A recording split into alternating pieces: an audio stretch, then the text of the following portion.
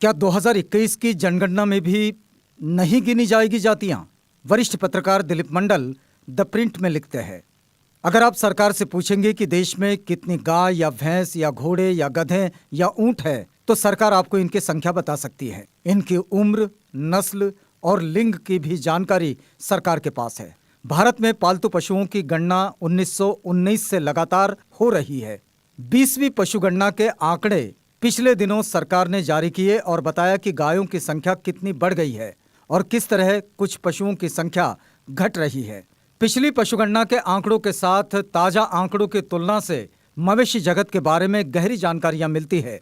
जिन आंकड़ों के आधार पर केंद्र और राज्य सरकारें और उनके पशुपालन मंत्रालय और विभाग नीतियां बनाते हैं। कई पुरानी नीतियों में संशोधन का आधार ये आंकड़े ही होते हैं। पशुगणना एक भारी भरकम कवायद है। मिसाल के लिए 19वीं पशुगणना के लिए सरकार द्वारा नियुक्त 1,70,00,000 कर्मचारी लगभग 7,20,00,000 गांवों में घर घर गए और मवेशियों के आंकड़े इकट्ठा किए। इस काम में बड़ी संख्या में सुपरवाइजर भी निगरानी करने के लिए लगाए गए थे। पशुगणना में हर तरह के पालतू पशुओं जैसे कि गाय, बैल, सांड, भैंस, भेड़, बकरी, घोड़ा, गधा, खच्चर, ऊंट, याक आदि की गिनती की जाती है और उनके बारे में तमाम तरह की जानकारियां जुटाई जाती है। इससे आप समझ सकते हैं कि सरकार आंकड़ों की कितनी अहमियत देती है, क्योंकि नीतियों का आधार आंकड़े ही होते हैं। लेकिन बात जब आदमियों की गिनती की आती है तो सरकार आंकड़ों को महत्व को भूल जाती है।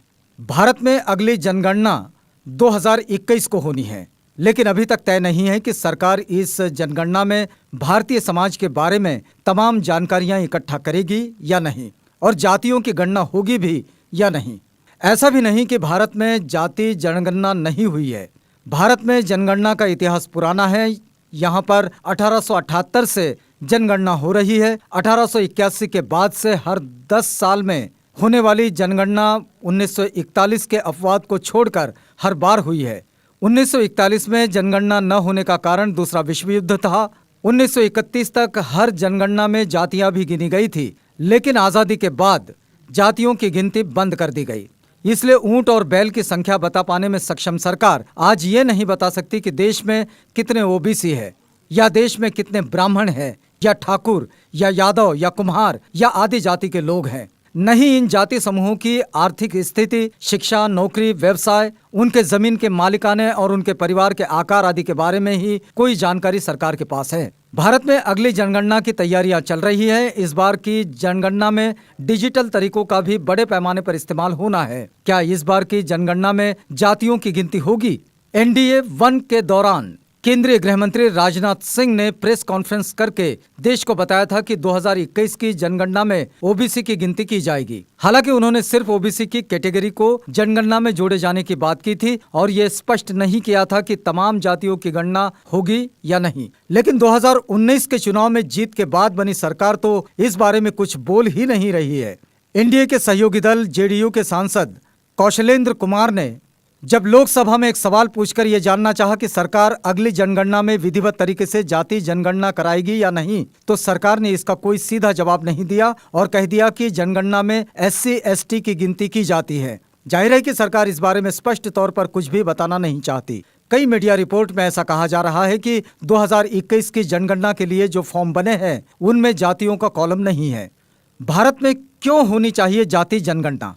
इसका पहला कारण, जनगणना का उद्देश्य किसी देश के लोगों के बारे में ज्यादा से ज्यादा जानकारियां इकट्ठा करना होता है। संयुक्त राष्ट्र ने जनगणना के बारे में जो मॉडल दस्तावेज जारी किया है उसमें भी उन कैटेगरी का जिक्र है जिनकी जानकारियां इकट्ठी की जानी चाहिए। इसमें लिंग, भाषा, धर्म, नस्ल, एथनिसिटी, वैवाहिक स्थिति, आर्थिक स्थिति, आप्रवास, शिक्षा आदि शामिल हैं।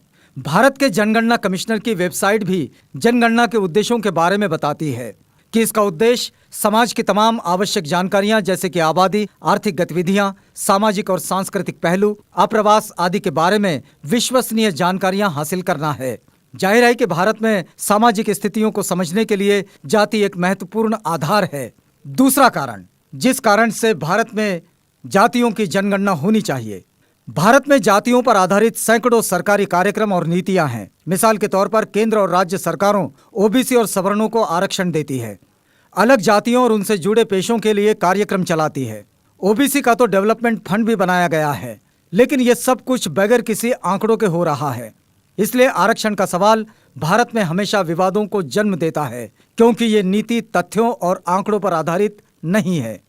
संविधान का अनुच्छेद 16(4) कहता है कि जिन पिछड़े वर्गों का सरकारी नौकरियों में पर्याप्त प्रतिनिधित्व नहीं है, सरकार उन्हें आरक्षण देगी। लेकिन सवाल उठता है कि उन जातियों के आंकड़े जाने बिना कैसे तय होगा कि उनका प्रतिनिधित्व पर्याप्त है या नहीं। तीसरा कारण, दूसरे पिछड़ा वर्ग आयोग यानी कि मंडल कमीशन को जब पिछड़े वर्गों के बारे में रिपोर्ट 1980 में देने को कहा था, तो उसे अपना काम करने में बहुत दिक्कतें आईं।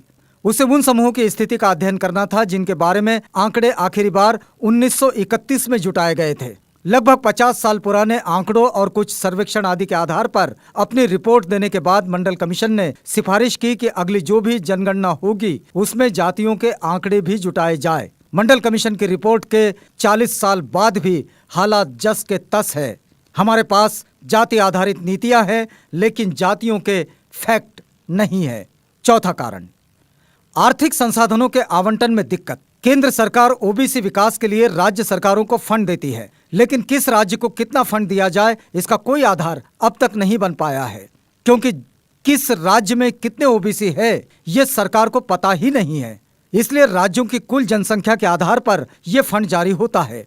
पांचवा कारण, चूंकि सरकार के पास जातियों की संख्या और उनकी आर्थिक शैक्षणिक स्थिति का आंकड़ा नहीं है, इसलिए जब कोई जाति आरक्षण मांगती है या अपनी जाति को ओबीसी या एससी लिस्ट में शामिल कराने के लिए आंदोलन चलाती है, तो सरकार के पास इस मांग का जवाब देने के लिए कोई आंकड़ा या तथ्य नहीं होता है। इसलिए ऐसी हर मांग का समाधान राजनीतिक तरीके से हो जाता है।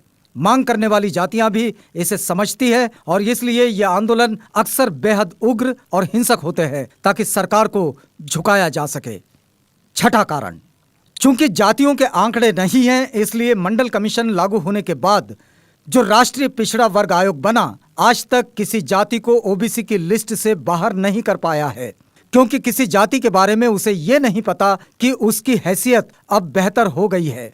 सातवां कारण, जाति जनगणना के आंकड़े ना होने के कारण किसी को भी नहीं मालूम कि कौन सी जातियों या जाति समूहों को आर्थिक और प्रशासनिक गतिविधियों में ज्यादा प्रतिनिधित्व मिला हुआ है और किसे कम। इस वजह से पश्चिमी देशों की तरह भारत में डाइवर्सिटी यानी कि विविधता की नीतियां लागू नहीं हो सकती है। इसके अलावा गौर करने की बात यह है कि भारत में जातियों की गिनती कभी पूरी तरह बंद नहीं हुई है। आजादी के बाद जब ओबीसी और सवर्णों की गिनती बंद हो गई, तब भी अनुसूचित जातियों और जनजातियों की गिनती जारी रही। अब सवाल सिर्फ इतना है कि बाकी जातियों की गिनती कब होगी। 2021 इसके लिए बेहतरीन मौका है, क्योंकि 2010 में ही लोकसभा में सभी दलों के बीच इस बात पर सहमति बन चुकी है कि जाति जनगणना कराई जाए। भारत में 2011 के बाद सामाजिक, आर्थिक और जाति जनगणना संपन्न हो भी चुकी है। समस्या सिर्फ इतनी है कि 4,893 करोड़ रुपए खर्च करके कराई गई इस जनगणना के जाति संबंधी आंकड़े जारी नहीं किए गए। सवाल उठता है कि क्या सरकार 2021 में जाति को जनगणना में शामिल करेगी? यह आलेख वरिष्ठ पत्रकार दिलीप मंडल का है।